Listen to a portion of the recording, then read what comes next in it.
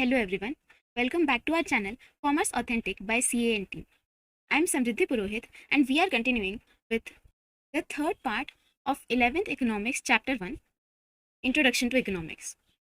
Part 1 और Part 2 में हमने ये सब कुछ देखा था, इकोनॉमिक्स के व्यूज़ देखे थे।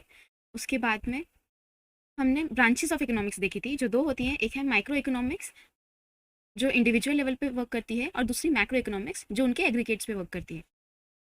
फिर basic concepts of micro economics में सबसे पहली आती है वांट, कैरेक्टरिस्टिक्स ऑफ वांट्स देखे थे हमने, then classification of wants, value in use, we have goods and services, utility and now the fifth one is wealth. ये कैरेक्टरिस्टिक्स ऑफ वेल्थ एक इंपॉर्टेंट क्वेश्चन है, कई बार एग्जाम में पूछा जाता है। So without any further delay let's continue. What is wealth?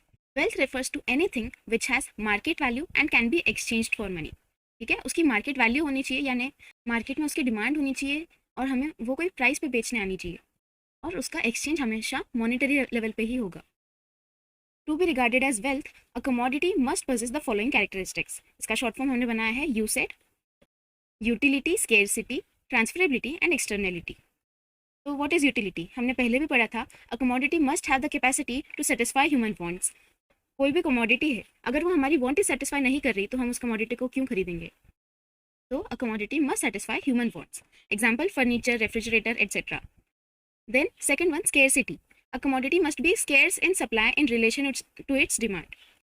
Demand यानी कंज्यूमर्स को, कस्टमर्स को उस कमोडिटी की कितनी ज़रूरत है। अब जैसे हमने लास्ट पार्ट में देखा था वाटर डायमंड पैराडॉक्स, उसमें क्या बताया था उन्होंने, जस्ट बिकॉज वाटर हमें ज़्यादा क्वांटिटी में अवेलेबल है इसलिए उसका प्राइस कम है, यानी इसकी demand in relation to its supply कम है। अगर वाटर, जैसा हम देख रहे हैं एनवायरनमेंट जैसा चल रहा है, अगर वाटर स्केर्सिटी होने लग जाती है तो वाटर के प्राइसेस अपने आप हाई होने लग जाएंगे क्योंकि उसकी डिमांड बढ़ जाएगी और सप्लाई कम हो जाएगी। तो स्केर्सिटी में all economic goods for which prices pay, जिन भी इकोनॉमिक गुड्स के लिए हम प्राइस पे करते हैं वो सारे के सारे इसमें आते हैं। नेक्स्ट है transferability, a commodity should be transferable from person to person as well as place to place. If the good is material or tangible, then only it is possible to transfer it from place to place. Example, vehicle, jewelry, etc. इसमें इन्होंने person to person और place to place दोनों बोला है, पर यहाँ जो इन्होंने डू यू नो में दिया है कि नोशनल ट्रांसफरेबिलिटी भी होती है।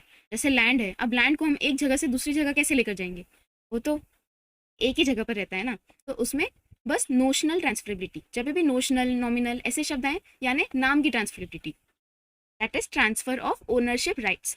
ये बस हम डॉक्यूमेंटेशन कर सकते हैं कि हाँ भाई अब ये पहले इसके नाम पे था फिर उसके नाम पर हो गया।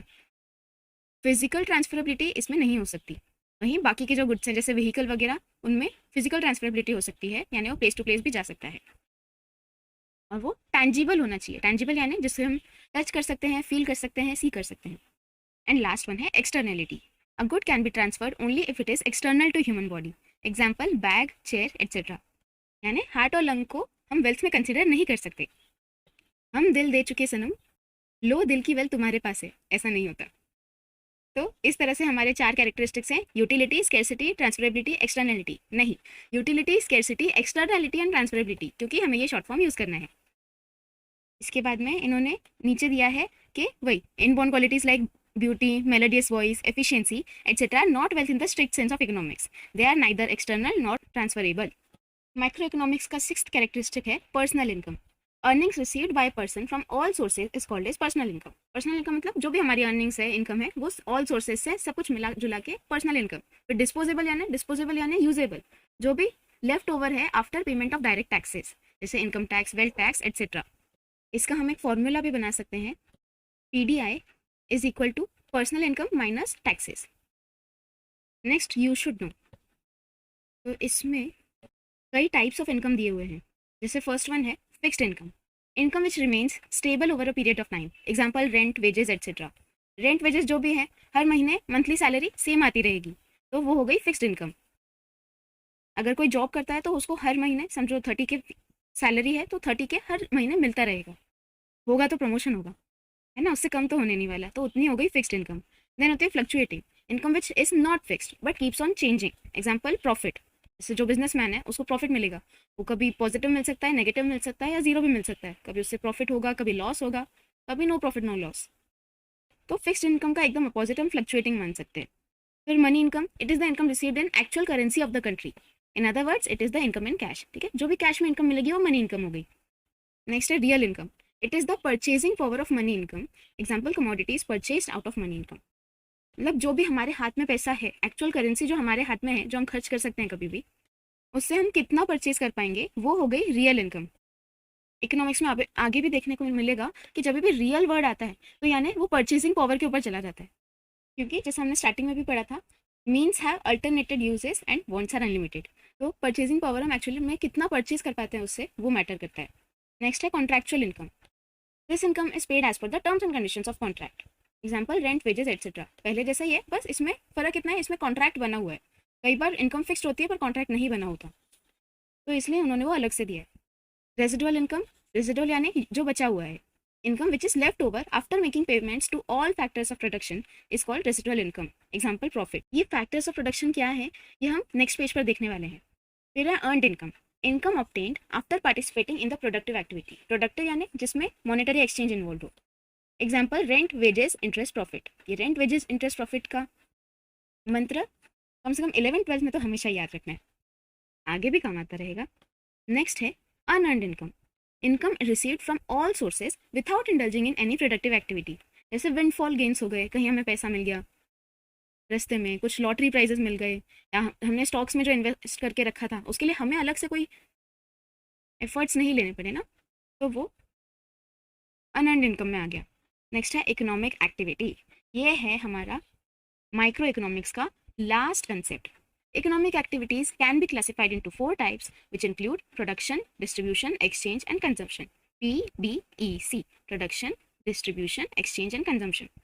Let's see this in detail. देखो, जैसे चॉकलेट की बात करें, प्रोडक्शन हाउस से फिर उसका ट्रांसपोर्ट होता है, एक्सचेंज होता है, और वो फाइनली कंज्यूमर के पास पहुंचता है। So production is creation of utility, and what is utility? Utility is the capacity of a commodity to satisfy human wants. There are 4 factors of production such as land, labor, capital and entrepreneur.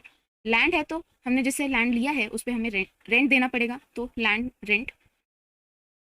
Labour को wages पे करने रहते हैं, ये सब business के payments की बात हो रही है। हाँ, फिर एंटरप्रेन्योर ने या इन्वेस्टर्स ने जिन्होंने भी कैपिटल दिया है उन्हें इंटरेस्ट पे करना होगा, एंड एंटरप्रेन्योर को फाइनली प्रॉफिट देना है। Always remember the activities which are carried out just for the sake of charity, hobby or in general, where there is no monetary exchange are considered unproductive in the sense of economics, though they may be adding immense value to life. जहाँ monetary exchange नहीं है वो unproductive है, monetary exchange है तो productive है। Then factors of production जो हमने last page पे पढ़ा था। Land in economics is a wide term. It is a natural factor of production. Any natural resource that is available on, above and below. What? On, above and below the surface of the earth is called land in economics. Example, minerals which are found below the surface of the earth, means minerals include kiye, then soil and water on the surface of the earth, air, sunshine and wind above the surface of the earth. Land earns rent in productive activity. Land एक business को, एक productive activity को support कर रहा है, इसलिए उसे rent मिलेगा as a reward. Next is labour, labour is a human factor. Land क्या था? नेचुरल फैक्टर, लेबर है human factor. Labour is a human factor of production. Any physical और मेंटल एफर्ट, फिजिकल और मेंटल एफर्ट्स जिसने भी लिए हैं undergone during the process of production to earn the rewards of wages is called labour. ठीक है, उन्हें wages मिलेगी या सैलरी मिलेगा, पर हमने वेजेस कंसिडर किए। Example, carpenter, accountant, engineer etcetera. Next है capital. Capital is a produced means for further production. क्या है? प्रोड्यूस्ड मीन्स, एक मीन्स जो हमने प्रोड्यूस किया है for further production. It is man made factor. Land क्या था? लैंड था नेचुरल फैक्टर, लेबर हुआ ह्यूमन फैक्टर, और कैपिटल है मैन मेड फैक्टर, इसलिए है factor of production which earns the reward in the form of interest. Land को rent मिलेगा, लेबर को वेजेस मिलेंगे एंड कैपिटल को इंटरेस्ट मिलेगा। Example, machinery, technology, factory building etcetera, सब कुछ कैपिटल में आ जाता है। जो भी कुछ हमारे एसेट्स हैं जो हमने खरीदे हैं, produce means for further production. Then entrepreneur, entrepreneur is the organiser who is the real captain of the industry. ठीक है, entrepreneur is the real captain, जो हम आजकल बहुत ज़्यादा सुन रहे हैं ना, entrepreneurship, shark tank etcetera etcetera. उनको क्या मिलता है? Profit. He is a special kind of labour, labour ही है लेकिन स्पेशल काइंड का लेबर है, who gets the work done to earn the reward of profit in the process of production. कितनी अच्छी बात लिखी।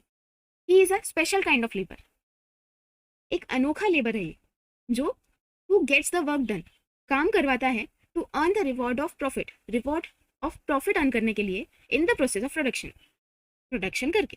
ठीक है, तो पी डेक में नेक्स्ट है distribution. It is division of factor rewards among different segments of the society.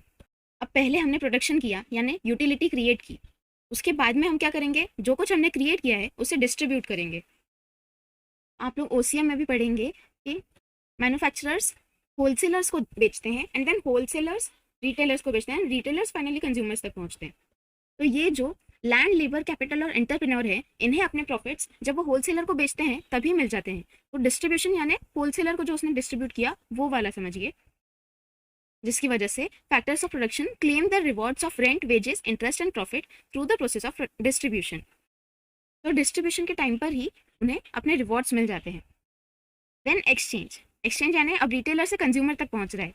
It is give and take between various units in the economy, मतलब वो होलसेलर टू रिटेलर भी आएगा और रिटेलर टू कंज्यूमर भी। Exchange refers to sale and purchase of goods and services. In economics exchange is necessarily a monetary transaction. ठीक है, economics में monetary transaction ही होता है, बार्टर ट्रांजेक्शन जैसे कि आज के ज़माने में नहीं होते वो नहीं कंसिडर किया जाएगा। Consumption, it is making use of goods and services to satisfy human wants. Finally जब वो कंज्यूमर तक पहुंच गया है तो कंज्यूमर उसे यूज़ करेगा, तो वो आ जाएगा कंजम्पशन में। तो इस तरह से हमारा इस चैप्टर का थर्ड पार्ट भी कंप्लीट होता है। आप एक बार खुद से रीड करके देखिए, ज़्यादा हार्ड नहीं है, बस क्योंकि नए टर्म्स है तो थोड़ा समझने में प्रॉब्लम आ सकती है। जैसे जैसे आप पूरी बुक पढ़ेंगे वैसे ही आपको ये सब कुछ आसान लगने लग जाएगा। तो नेक्स्ट पार्ट में हम मैक्रो इकोनॉमिक्स के साथ कंटिन्यू करेंगे। Till than happy learning, thank you.